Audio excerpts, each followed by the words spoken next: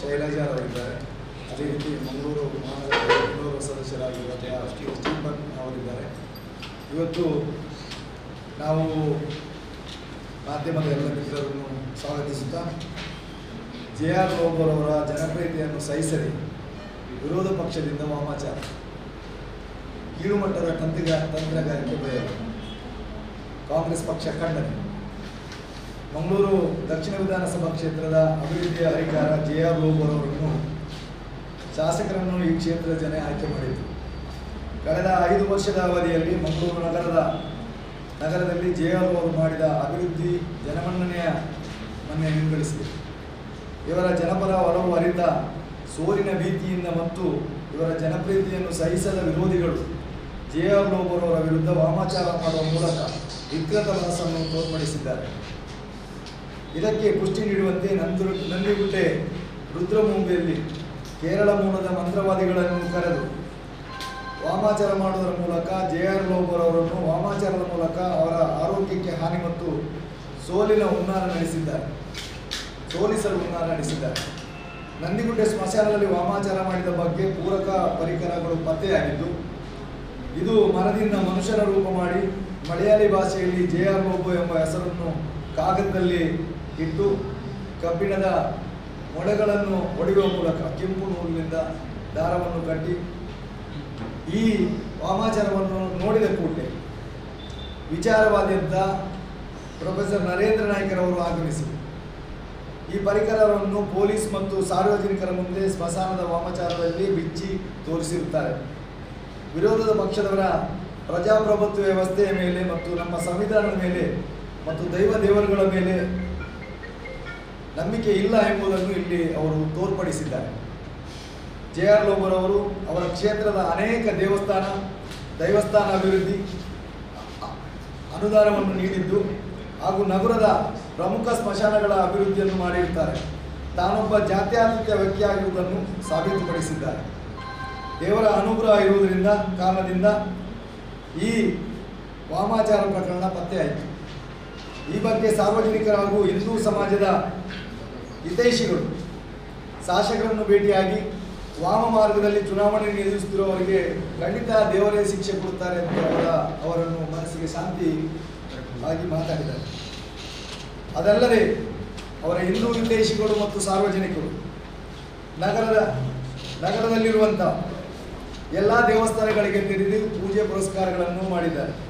ಕೊಡಲಿ ರಾಜರಾಜೇಶ್ವರಿ ದೇವಸ್ಥಾನ, ಮಂಗಳಾದೇವಿ ದೇವಸ್ಥಾನ, ಕದ್ರಿ ಮಂಜುನಾಥೇಶ್ವರ ದೇವಸ್ಥಾನ, ಕುದ್ರೋಳಿ ಗೋಕರ್ಣನಾಥೇಶ್ವರ ದೇವಸ್ಥಾನ, ಶರವು ಮಹಾಗಣಪತಿ, ಕಾಶಿಟ್ನ ವೆಂಕಟರಮಣ ದೇವಸ್ಥಾನ, ಪೂರ್ವ ಮಾರಿಗುಡಿ ದೇವಸ್ಥಾನಗಳಿಂದ ಭಕ್ತಿಯಿಂದ ದೇವರನ್ನು ಪ್ರಾರ್ಥನೆ ಮಾಡಿದರಲ್ಲದೆ ಇಂಥ ದುಶ್ಚರ್ಯಗಳು ರಾಜಕೀಯವಾಗಿ ಅಥವಾ ಇನ್ನಿತರ ಯಾವುದೇ ವಿಷಯಗಳಿಗೆ ಮಾಡದಿರುವಂತೆ ಭಗವಂತನು ಅವರಿಗೆ ಒಳ್ಳೆಯ ಬುದ್ಧಿಯನ್ನು ಕೊಡಲಿ ಎಂದು ದೇವರಲ್ಲಿ ಬೇಡಿರುತ್ತಾರೆ. ಈ ವಾಮಾಚಾರ ಸರ್ಕಾರಿ ಸಾರ್ವಜನಿಕ ಸ್ಮಶಾನದ ಒಳಗಡೆ ಮಾಡಿದ್ದು ಕಾನೂನು ಬಾಹಿರವಾಗಿದ್ದು, ಈ ಕೃತ್ಯದ ಬಗ್ಗೆ ಸೂಕ್ತ ತನಿಖೆ ನಡೆಸಿ ತಪ್ಪಿತಸ್ಥರ ವಿರುದ್ಧ ಕ್ರಮ ಕೈಗೊಳ್ಳುವಂತೆ ಆ ಪ್ರದೇಶದ ಮಾನಪ ಸದಸ್ಯೆಯಾಗಿರುವಂತಹ ಶೈಲಜಾ ಅವರು ಚುನಾವಣಾ ಆಯೋಗ ಮತ್ತು ಪೊಲೀಸ್ ಠಾಣೆಯಲ್ಲಿ ದೂರು ನೀಡಿರುತ್ತಾರೆ. ಈ ಕೃತ್ಯದ ಹಿಂದೆ ವಿರೋಧ ಪಕ್ಷದವರ ಕೈವಾಡ ಅಲ್ಲದೆ ಬೇರೆ ಯಾರು ಮಾಡಲು ಸಾಧ್ಯವಿಲ್ಲ ಎಂಬ ಸಂಶಯ ಕಾಂಗ್ರೆಸ್ ಪಕ್ಷಕ್ಕಿದೆ.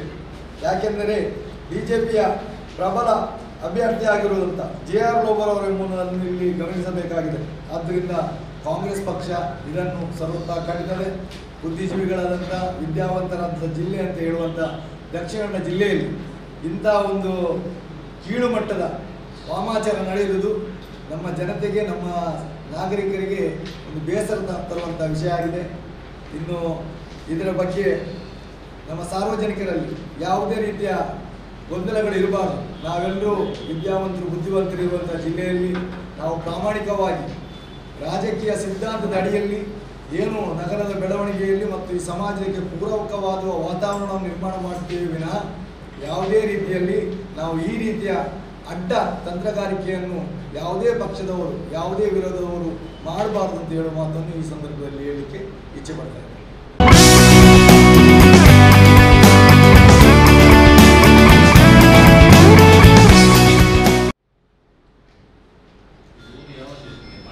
ಪಾಂಡೇಶ್ವರ ಶೈಲಜಾ ಅವರು ಕಾಪಿ ಬೇಕಾದ್ರೆ ಉಂಟು. ಮೊನ್ನೆ ಸೇಮ್ ಡೇ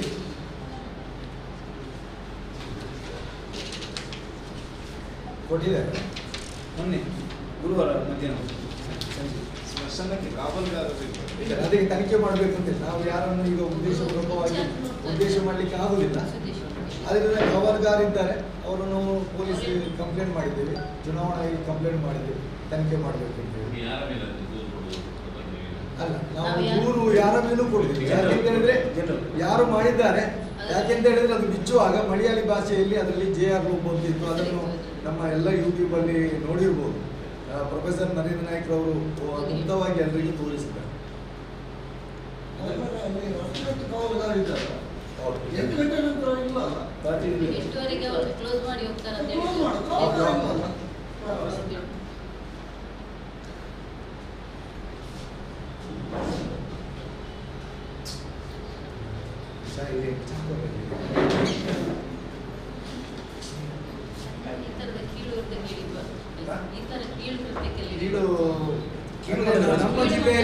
ನಮ್ಮ ಜಿಲ್ಲೆಯಲ್ಲಿ ಇಂತಹ ಪ್ರಕರಣಗಳು ಬಹಳ ಕಡಿಮೆ. ನಾವು ರಾಜ್ಯ ದೇಶದ ಬಗ್ಗೆ ಕೇಳ್ತಾ ಇರ್ತೇವೆ. ತುಂಬಾ ಅಭಿವೃದ್ಧಿ ಆಗಿದೆ.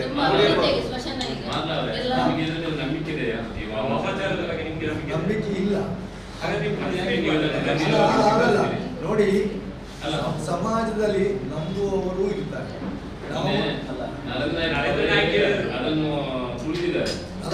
ನೋಡಿ ಎಂತ ಗೊತ್ತಾ, ನಂಬುವವರು ಇದ್ದಾರೆ, ನಂಬದವರು ಇದ್ದಾರೆ. ಆದ್ರೆ ನಮ್ಮ ಜಿಲ್ಲೆ ನಾವು ನೋಡಿ, ಕಾಂಗ್ರೆಸ್ ಪಕ್ಷ ಇಂಥದ್ರಲ್ಲಿಲ್ಲ. ಆದ್ರೆ ಯಾರಾದ್ರೂ ಇದನ್ನು ಮಾಡಿದ್ರೆ ಅದನ್ನು ಜನ ನಂಬಾರ್ದು ಅಂತ ಹೇಳುವಂತ ಜನರಿಗೆ ಆಗ್ಬೇಕು. ಯಾಕಂದ್ರೆ ಮೂಢನಂಬಿಕೆ ಹೋಗ್ಬೇಕು ಅಂತ ಹೇಳುವಂತ ನಮ್ಮ ಜಿಲ್ಲೆಯಲ್ಲಿ ಅಲ್ಲ, ನಂಬಿಕೆ ಅಂತ ನಂಬುವವರಿಲ್ಲ ನೋಡಿ. ನಂಬುವವರು ಇಲ್ಲದಿದ್ರೆ ಮಾಡುವವರು ಇರ್ತಾರ. ಒಂದು ಮಾತು, ಸ್ಮಶಾನವನ್ನು ಆ ತರ ಎಲ್ಲ ದುರುಪಯೋಗ ಮಾಡಬಾರ್ದು. ಕಾರ್ಪೊರೇಷನ್ ಸ್ವತ್ತು ನಗರ ಪಾಲಿಕೆ ಸ್ವತ್ತು ಎಲ್ಲ ಕೆಲಸ ಮಾಡಿದಾರ ಅವರು. ಈಗ ಸ್ಮಶಾನ ನೋಡಿರ್ಬೋದು. ಈಗ ನಂದಿಗುಡ್ಡ ಸ್ಮಶಾನ ಆಗ್ಲಿ, ಕತ್ರಿ ಸ್ಮಶಾನ ಆಗ್ಲಿ, ಮೂರು ಸ್ಮಶಾನ ಆಗ್ಲಿ ಅಭಿವೃದ್ಧಿ ಕಂಡಿದೆಯಲ್ಲ. ನಾವು ಯಾವ್ದು ಗೊತ್ತಿಲ್ಲಿ ಬಗ್ಗೆ ಯಾರ ಬಗ್ಗೆ ನಾವು ಉಲ್ಲೇಖ ಮಾಡಲಿಲ್ಲ. ನಾವು ನಮ್ಮ ವಿರೋಧ ಪಕ್ಷದವರ ಬಗ್ಗೆ ಮಾತ್ರ, ಅದು ಯಾರೇ ಇರ್ಬೋದು. ನಾವು ಇಂಥವರೇ ಮಾಡಿದ್ವಿ ಅಂತ ನಮ್ಗೆ ಗೊತ್ತಿಲ್ಲ. ನಾವು ಕಂಪ್ಲೇಂಟ್ ಮಾಡಿದ್ದೇವೆ, ಅದರ ಬಗ್ಗೆ ಸೂಕ್ತ ತನಿಖೆ ಮಾಡಿದ್ದೇವೆ. ಯಾಕೆಂತ ಹೇಳಿದ್ರೆ ಮುಂದಿನ ದಿನದಲ್ಲಿ ನಮ್ಮ ವಿದ್ಯಾವಂತರ ಜಿಲ್ಲೆಯಲ್ಲಿ ಇಂಥ ಪ್ರಕರಣಗಳು ಆಗಬಾರ್ದು. ಅದು ಎಂತ ಗೊತ್ತಾ, ನಮಗೆ ವಿರೋಧ ಎರಡೇ ಪಕ್ಷಗಳು ಮಾತ್ರ. ಅದು ಎಲ್ಲ ಮಿಕ್ಸ್ ಇದ್ದಲ್ಲಿ ಅಂಥದ್ದು ಕಡಿಮೆ. ಒಂದು ಧರ್ಮಕ್ಕೆ ಸೀಮಿತವಾದಂಥ ವ್ಯವಸ್ಥೆ ಅಲ್ಲ ಇದು.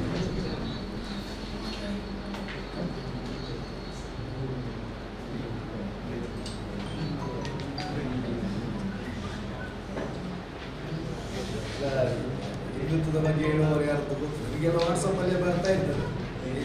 ಹಿಂದೂಗಳ ಬಗ್ಗೆ ಕೇವಲವಾಗಿ ಮಾತಾಡಬೇಕು, ಓಟ್ ಕೇಳುವವರು. ನಾವು ಇಷ್ಟವರೆಗೆ ಇವತ್ತು ಚುನಾವಣೆಗೆ ಒಂದು ಹತ್ತಿರ ಇನ್ನೂ ಒಂದು 5-6 ದಿನ 7 ದಿನ ಇರುವುದು. ಅದು ನಾವು ಯಾರಿಗೂ ಕಮೆಂಟ್ ಮಾಡಿ ರಾಜಕೀಯ ಮಾಡಿದ್ದೇವೆ. ಅಭಿವೃದ್ಧಿ ವಿಚಾರ ಚರ್ಚೆ ಇಲ್ಲ ಎಲ್ಲಿ ಕೂಡ. ಹಿಂದುತ್ವಕ್ಕಾಗಿ ಓಟು ಕೊಡಿ ಅಂತ ಹೇಳುವ ಮಾತು ಈಗ ಎಲ್ಲ ಕಡೆ. ಯಾಕೆಂತ ಹೇಳಿದ್ರೆ ಕೆಲವು ಜನ ಮಾಧ್ಯಮದ ಮಿತ್ರರುಗಳೇ ಕೇಳಿದ್ರು, ಇಷ್ಟೆಲ್ಲ ಆಗಿದೆ, ನೀವು ಇದರ ಬಗ್ಗೆ ಏನು 1-2 ಪೇಪರ್ ಅವರವರಷ್ಟಕ್ಕೆ ಹಾಕಿದ್ದಾರೆ. ಅಲ್ಲಿ ಹೋದವರು ಬಂದವರು ಹಾಕಿದ್ದಾರೆ, ಯೂಟ್ಯೂಬಲ್ಲೆಲ್ಲ ಹಾಕಿದ್ದಾರೆ.